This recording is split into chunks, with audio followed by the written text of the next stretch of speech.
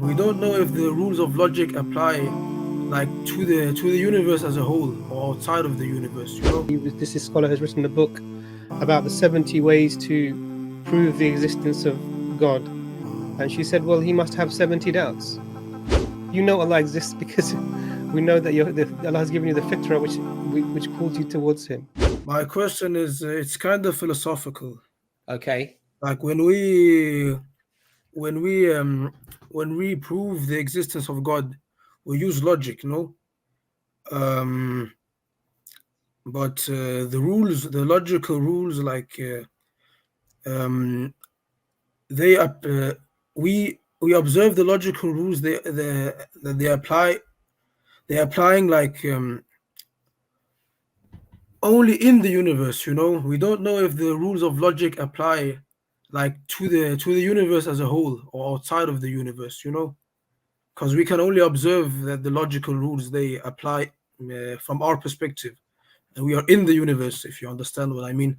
So So like basically, what you're saying is that logic, I suppose, from that you could extrapolate reason, things like the law of non-contradiction. yeah, You're saying all of these things can only really apply to our universe, but they cannot apply outside, or they should not be assumed to be applying outside of our universe. Is that your question? yeah, something Okay. something like that. All right. So Dr. Imran, why don't you, inshallah, start with that, and then I'll come in there once you've had a go. So, brother AB, what was the doubt related to this, brother? Because like when we prove the existence of God, we use logic, but it's like I'm not sure if it's valid to do this, because we know that logic applies in the universe, but like we don't know if logic applies to the universe as a whole and outside of the universe. And Why don't you know this? because we haven't observed that logic applies outside of the universe or to the universe as a whole. What do you We mean, only universe as a whole? like we see our perspective is from inside the universe, Yeah, you know. and what I'm trying to get to the point of it is because the approach that this is taking. So there's a few issues here. So that proving the existence of God is not just logical. This is one of the many ways that you can There are do that. things like fitra and stuff like this. Yeah, But like, absolutely. And I can, in fact, there's a story. I can't remember the name of the scholar who there's a story told of an old woman who was watching a scholar passing by, and somebody had said to her that this scholar has written a book about the 70 ways to prove the existence of God. And she said, well, he must have 70 doubts. And what the person hearing this said, I wish we had the faith of old women. And what was meant by that is actually there are many people, in fact, the vast majority of people I know, intuitively they know from within themselves God exists. You don't need to give them any proof. It just doesn't make sense intuitively, however they feel that God exists or not. yeah, of course. Yeah, There are many people like that. Vast majority, not many. I would say 90% plus of the people around the world are like this. But This other phenomena that you see, which is sort of atheism, agnosticism, this is a malaise of the West and the Western philosophical history and the baggage that comes with that. Why? Because they start from a position of you don't know anything. This is the default they start with. This is not true.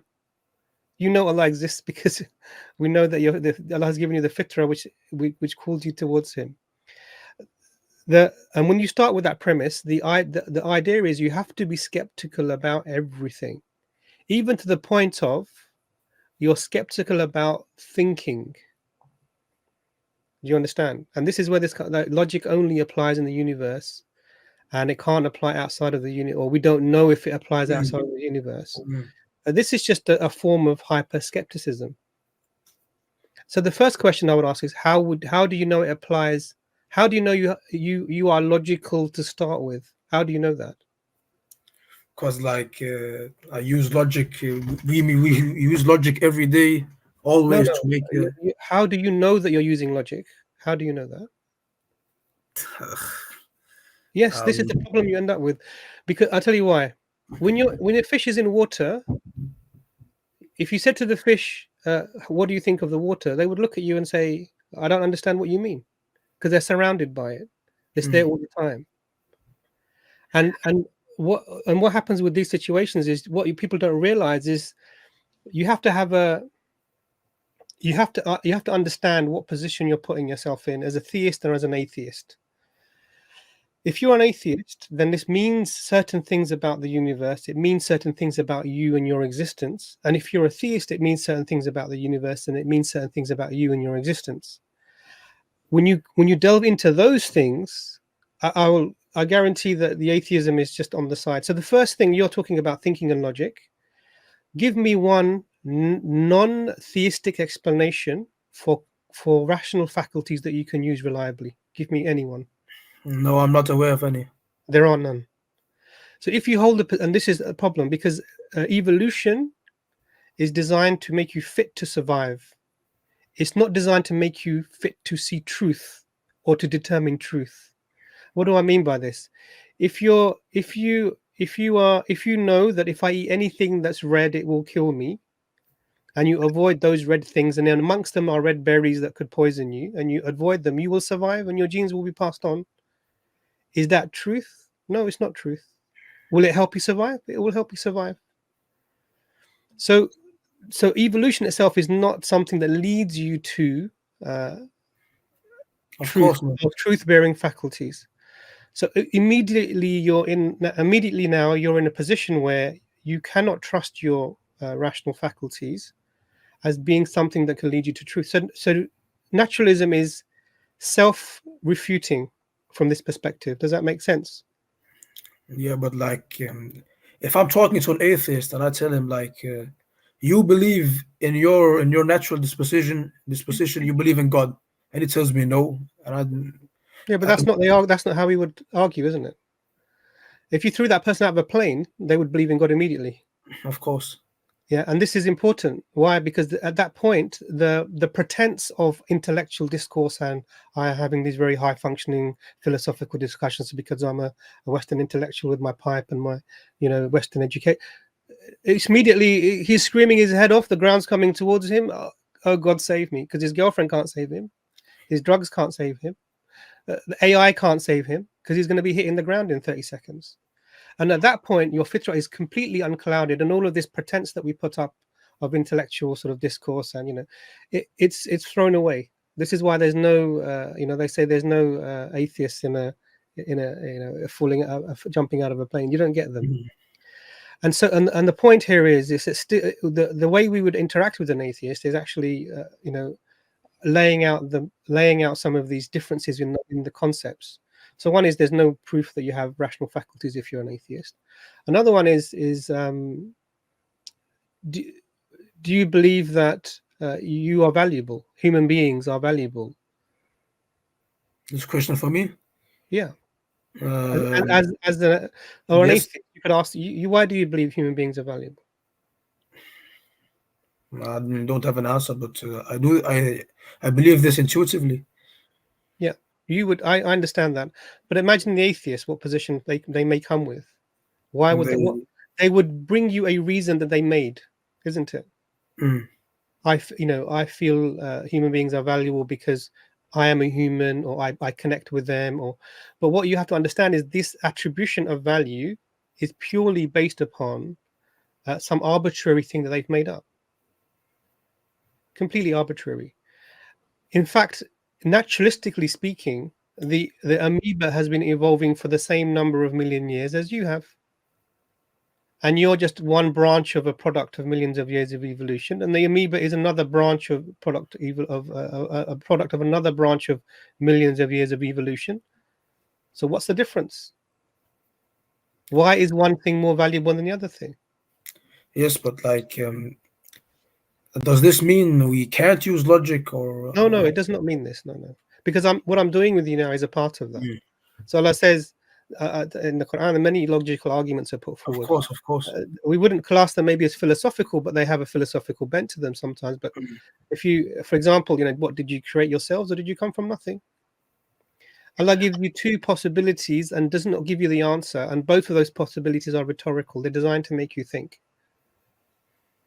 Do you create yourself? No. Did you come from nothing? No. None of them make sense. The only answer is no. Someone made us, and Allah talks about this, and many people have come to this position that there has to be, we have to come from somewhere. Why? Because we have certain, we cannot explain our existence. Why is your brain evolved to be able to, let's say if we believe in evolution, to ponder about a star a million miles away when it has no benefit on their survival and fitness? Why are you evolved to help someone who's suffering difficulty, empathy, showing altruism towards someone who cannot reciprocate to you? Why is that the case? Because they're not advantage. In fact, the advantage would be let the sick die, let the injured die, let the poor die, let the suffering die. Go around and sleep with as many females as you can, or the opposite gender as you can, to have as many offspring as you can, and pass on your genes. That would be the not logical thing to do, the evolutionary advantageous thing to do. But we don't see this. So there are lots and lots of things. So this hyper-skepticism ends up refuting itself. I mean, you even get to the stage of how do you know that you exist? If you can't trust your thinking, how then do you know that you exist? So like there are like fundamental assumptions that we take as true, is what you're saying. Because if That we don't, then we can't function. everybody has to take them. So we assume that we have the ability to think. That's just the ability to think freely. Because with a naturalistic model, it's deterministic. And what that means is that every single particle that existed before is having some sort of interaction chemically, physically, and it will have a result which is predetermined by the properties of those particles and the interaction. And so the next step is determined. It cannot be any other way. If your thoughts are generated from your brain, and your brain is a purely natural thing, a naturalistic thing, which only works by the mechanisms within nature, then your thoughts are predetermined. You cannot think a thought outside of what those chemical interactions would bring about. Now, so that means you can't think. That means you are a robot that thinks it's free, but actually you're just a robot, a glorified robot. Of course, I agree. Like is that what you think? Only explanation for a reason is theistic. Absolutely. Atheistic. And if we take that understanding, then this question about logic, where does it apply? How it doesn't make a difference. You still need to explain how the universe exists.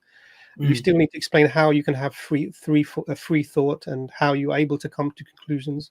You still need to explain why things have value. You still need to explain why things have meaning. You still have to explain why there is purpose. So there's lots of things that the atheistic position just puts you in a corner. Of course. Do you understand? So the best way to sometimes approach these sorts of questions is take it to its limit. Okay, you say that our logic cannot apply outside of the universe because we haven't observed it. Okay, what other things? So are you saying that things that we cannot observe de facto don't exist? No one will say that. No one has seen a quark. No one has seen a lepton. No one has seen a gluon. But these people will say we believe in them. And this is because it's based upon inferences from other observations. And we see that we are freely thinking. We apply logic to everything, how everything works. We assume the natural world has order. Throughout the universe, we assume the natural world has order. And that's the only way the science works, because we assume this is uniform and we can apply the tests and laws throughout, tests and experiments throughout the universe to determine laws. All of this indicates that we have a generically uniform universe where the laws are uniform throughout, generally speaking. And this means that this allows us to carry out science and uncover the laws that already exist within that. This also makes us reassured that we have the ability to think freely, that things have value and things have meaning. But I'm sort of repeating myself a little bit. You understand? So there's many ways to approach them, but just don't take the argument at face value. Just Well, how do you know logic applies to you then? How do you know you're thinking logically? Yeah, so like you're saying that this skepticism leads to solipsism, is what you're saying. 100%, 100%. And solipsism is, if you ever speak to a solipsist, may Allah protect you from that, because I mean, I'm not joking, because these people, they literally don't even know if they're talking to you. So first you would say to them, look, first you determine if you exist, and then come back and have a conversation with me, because I might be a figment of your imagination.